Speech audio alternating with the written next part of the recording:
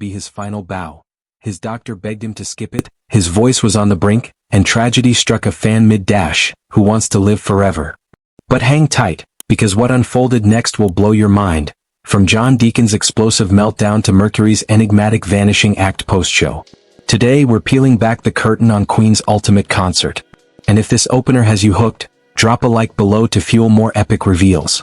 Freddie Mercury was born on September 5, 1946, in Zanzibar, a tiny island under British rule back then. His parents were Parsi, devoted to Zoroastrianism, one of the world's ancient faiths. Freddie's arrival was extraordinary, 4 extra teeth that he later credited for his killer 4-octave range. Immersed in African, Arab, and Indian vibes, these shaped his eclectic sound and flair. At 17, chaos hit. The 1964 Zanzibar revolution turned deadly for families like his, with thousands slain. They bolted to England, but rewind. Young Freddie spent formative years in India. At 8, his folks shipped him to St. Peter's, a British boarding school in Panchugni near Mumbai. This spot sparked magic. He ditched Farrakh for Freddie, and ignited his musical fire. A sharp-eyed teacher spotted his gift, urging extra lessons that flipped his fate. There, at 12, he formed the Hectics with buddies, rocking covers of Cliff Richard and Little Richard. He adored Bollywood diva Lata Mangeshkar's soaring notes, fueling his future style. Even then, Freddie fused Western rock with Indian essence, foreshadowing Queen's groundbreaking edge. Loving these origins? Comment your fave Queen track below, and subscribe for more star backstories. When Freddie's clan landed in England, they hunkered in a modest Feltham home near London. Times were tough, but Freddie chased dreams hard. He enrolled at Isleworth Polytechnic in 1964 for art, then Ealing Art College. Honing graphic design, he'd later craft Queen's iconic crest. To scrape by, he hustled gigs like dishwashing at Heathrow. At Ealing, he linked with Tim Staffel from Smile, featuring guitarist Brian May and drummer Roger Taylor. Freddie buddied up, dishing performance tips. In 1970, Tim split. Freddie jumped in as vocalist, pitching Queen for its regal punch. Their debut gig? June 1970 Charity Bash. Bassist hunt ensued. After auditions, John Deacon locked in 1971. Freddie swapped Bulsara for Mercury, inspired by his lyric, "Mother Mercury, look what they've done to me." Queen wasn't overnight gold. Their 1973 self-titled album tanked on UK charts, scraping US number 83. 1974's Queen 2 fared meh, peaking UK number 49. Frustration brewed, but sheer heart attack flipped the script with Killer Queen. Their breakout, UK number 2, US number 12. Freddie penned it piano side, lyrics first, rare for him, spinning a tale of a posh courtesan. Standouts? Brian's sixpence pick solo and layered production wizardry. It skyrocketed them but sparked band beef. Roger fretted its bubbly vibe screamed non-serious rock. Killer Queen nearly got axed, taped last amid heated debates. Intrigued by these behind-the-hits dramas? Like Now and Bellon, we've got more Queen secrets coming.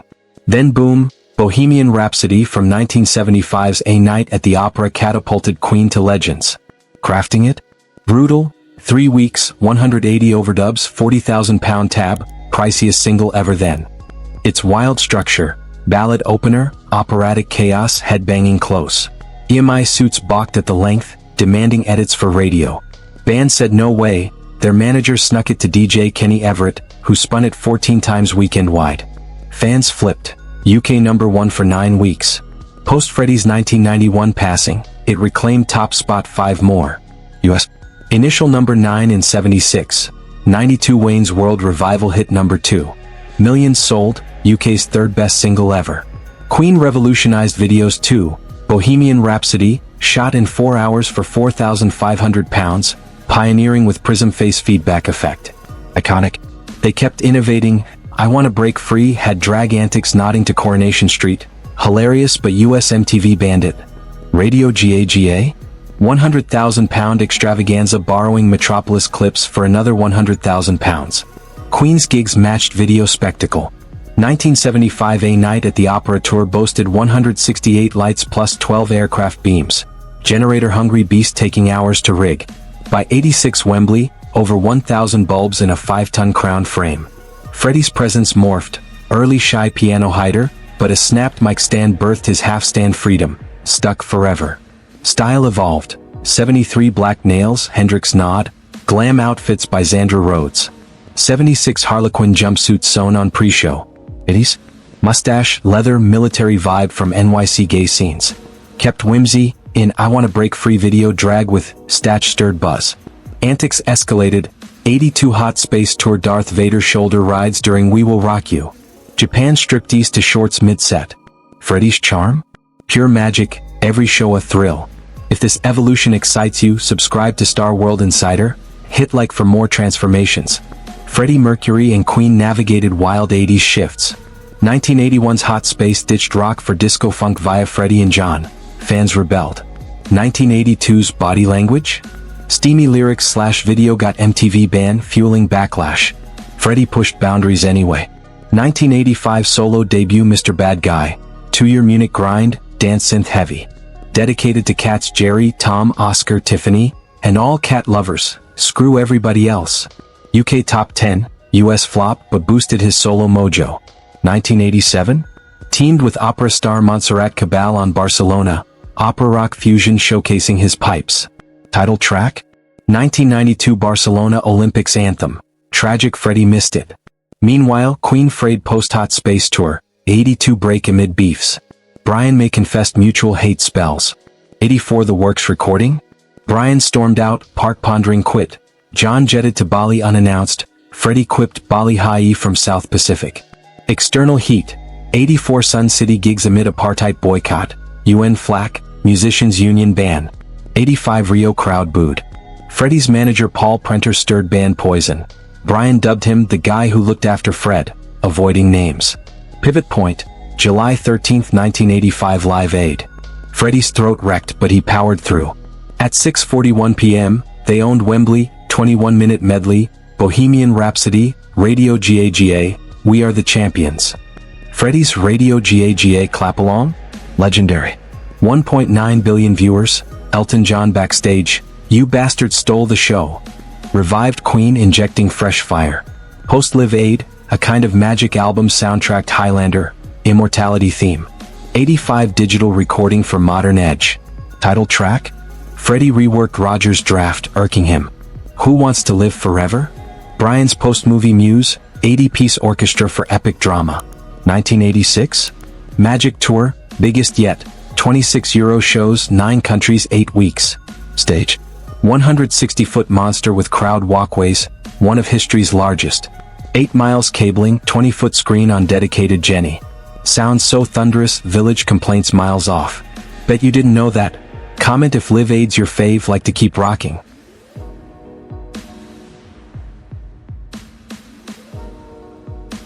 On August 9, 1986, Freddie Mercury hit Knebworth Park stage at 6:41 p.m., unaware it'd be Queen's swan song. 120,000 fans electric as One Vision kicked off. Freddie in white tank, tight jeans, poised yet unwell. Doc warned inflamed throat, no go. Freddie? Ignored, fans first. Voice faltered on One Man, One Goal, One Mission. Crowd unbothered. Backup set prepped for tough tunes, but Freddie nailed full throttle. Under pressure? High note crack, he crowdsourced, turning glitch to gold. 8:03 p.m., Who Wants to Live Forever? Poignant, lyrics mirroring his fate. 8:17 p.m., Bohemian Rhapsody, Queen's Beast. Freddie live opera ticked, usually taped, nailing years dormant high note, crowd erupted. Closer, We Are the Champions. Voice wobbled, he stretched longer, roars echoed villages. 8:59 p.m., God Save the Queen, Norm exit but Freddie lingered, eyes shut. Finale faded, deep bow, thank you lovely people. Good night and sweet dreams. 9:02 p.m., his curtain call. Backstage? Turmoil. John Deacon, band Zen bassist, snapped, 18 minutes pre-show, hurled bass near Roger's tech. Shocker after 15 calm years. Told Brian, I can't do this anymore, too much. Sensed finale vibe.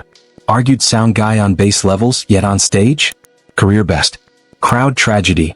23-year-old Michael Jennings collapsed mid-dash. Who Wants to Live Forever? 50 meters stage side. Medics rushed. Dead 9:43 p.m. during Bohemian Rhapsody. Undiagnosed heart issue, amped by 120,000 frenzy. 1 ticket 2 days prior, Pal Sarah, best night ever, then fall.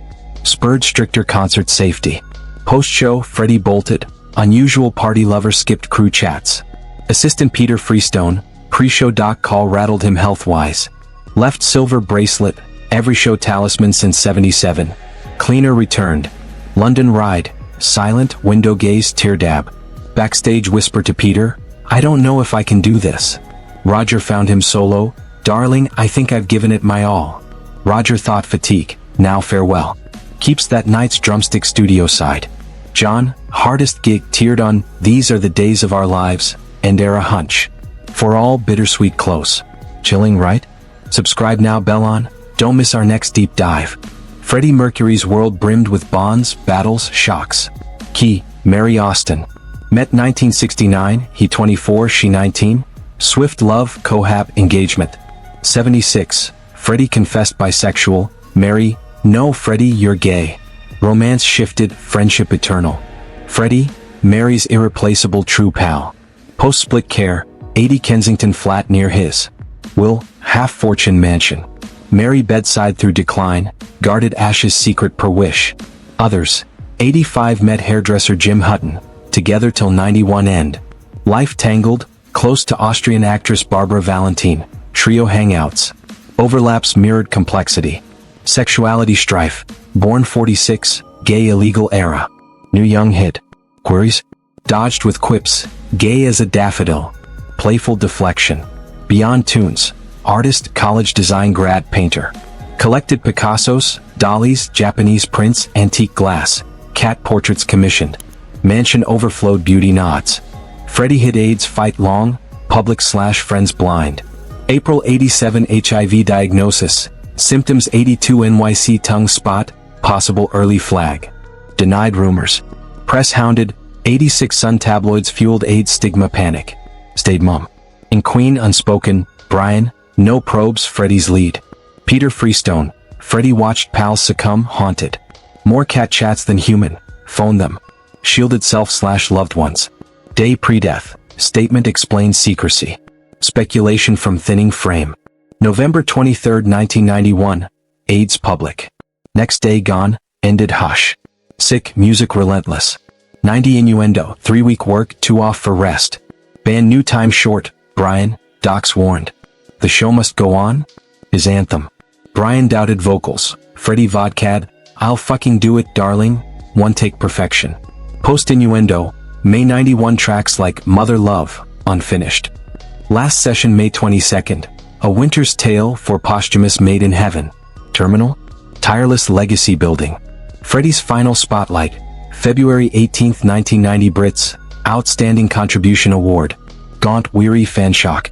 Showed for band/fans. Brian's speech heavy, recalled smile days, Freddie's hype. Freddie, thank you. Good night. Public swan words, simple, heartfelt. Last month's, health nosedive. By June 91, homebound Kensington. Pals Mary visited. Jim, love deepened slow but decline brutal, sight loss, bedridden. November 22nd, ditched meds save painkillers, prepped statement with manager Jim Beach. Released 23rd, AIDS confirm. Past 24th, 45, pneumonia via AIDS. Jim, peaceful, radiant end. Post-death? Music exploded. 95 Made in Heaven. Last vocals, 20M plus sales. Legacy thrives. Billion streams, Queen's greatest hits, UK's top album. Voice, fire inspire globally. If this moves you, like, comment, tributes, subscribe, bell for icons eternals.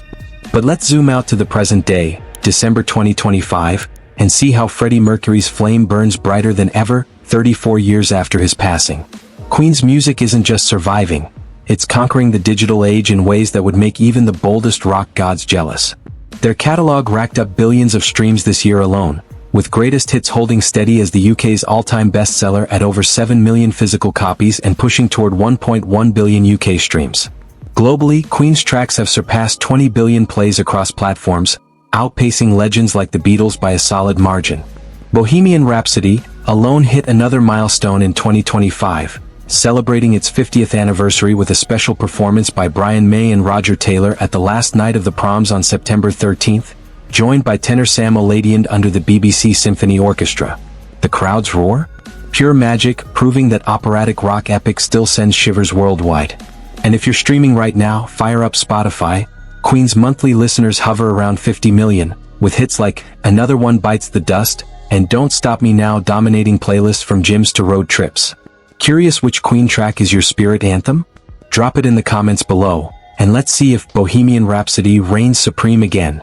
2025 has been a banner year for tributes, turning Montreux, Switzerland, the city Freddie adored for its serene Lake Geneva vibes and where he recorded his final vocals, into a global pilgrimage site. The Freddie celebration days ran from September 4th to 7th, drawing thousands for 4 jam-packed days of free festivities around his iconic statue. Picture this: Queen-inspired Zumba sessions kicking off the morning, DJ sets pumping classics, acoustic sets echoing his ballads, and an emotional opening ceremony honoring the man himself. Highlights? Swiss band Bristol 4 performing Made in Heaven in full, the posthumous album laced with Freddie's last takes. Argentine tribute gods Dios Salva la Reina, aka God Save the Queen, rocked the main stage, followed by a candlelight vigil that lit up the lakeside in memory of Freddie and event founder Norbert Muller. Saturday brought Crazy Little Things high-energy set, a colorful parade along the quays, circus acts, flash mobs, and the fan-favorite Queen silent disco, headphones on, dancing wildly to hits without a sound leaking out. Sunday wrapped with choral tributes, emerging artists, exclusive talks, including rare photos from photographer Dennis Organ spanning 1975 to Knebworth 86, and a closing blast from One Vision tribute band. Boat tours guided by Freddie's longtime assistant Peter Freestone sold out fast, sharing insider stories while cruising spots tied to his life. The whole event? Free entry for most, transforming Montreux into a joyous, inclusive celebration of music, diversity, and legacy. If you've ever dreamed of visiting, comment if Montreux is on your bucket list. Subscribe so we can cover more epic fan gatherings. Capping the Swiss festivities was the official Freddie Mercury birthday party on September 6th at Casino Barrier Montreux, a ticketed extravaganza themed around a night at the opera and Bohemian Rhapsody's Golden Jubilee, complete with a white dress code for that pristine, angelic vibe. Fans packed in for live sets from Joe Gash, straight from Rock of Ages tours, live Killers tribute, and returning DJ Thor spinning all night. A special audiovisual presentation by Queen's documentary director Simon Lupton dove deep into the album's creation and the song's revolutionary impact, complete with rare footage that had the crowd in tears and cheers. All profits funneled straight to the Mercury Phoenix Trust, Freddie's enduring charity fighting AIDS worldwide. Speaking of which, the Trust dropped fresh merch in 2025, including limited football shirts and more, keeping his philanthropic spirit alive. And in a heartfelt nod, Roger Taylor paid tribute to Freddie while accepting Queen's Polar Music Prize earlier this year, calling him one of the most charismatic front figures in music history. Brian May, ever the storyteller, shared vintage Instagram snaps of Freddie on a Munich balcony from 1979 for what would have been his 79th birthday on September 5th. Fans flooded the comments with love, proving his charm transcends generations. Queen's surviving members aren't resting on laurels either. Brian and Roger keep the fire burning through selective appearances. No full-blown Queen plus Adam Lambert tour hit the roads in 2025, rumors swirled, but Adam's Broadway whispers and Brian's health priorities shifted focus. Yet they stunned with that prom's Bohemian Rhapsody rendition, blending orchestral grandeur with rock rebellion. Reissues kept flowing. Freddie's solo debut Mr. Bad Guy got a 40th anniversary glow-up on translucent green vinyl December 5th, remixed for modern ears while preserving his dance synth experimentation, and that hilarious cat dedication. Heritage releases like Expanded the Miracle box sets unearthed gems, including previously unsalvageable tracks with Freddie's vocals. Streaming surges followed every drop. Queen's catalog earned tens of millions annually, bolstered by the 2024 Sony acquisition of their rights for a staggering $1.27 billion, the largest deal of its kind. That windfall? Split among Brian, Roger, John Deacon's estate share and Freddie's, ensuring his vision endures. Exhibitions popped up too. London walking tours tracing Queen's Kensington haunts sold out, guiding fans from early gigs to Freddie's final home. In the US, PBS and networks re-aired the 1992 tribute concert special, reminding newer gens of that star-studded Wembley epic with Elton, Bowie, and more. Freddie's personal artifacts continue fascinating collectors.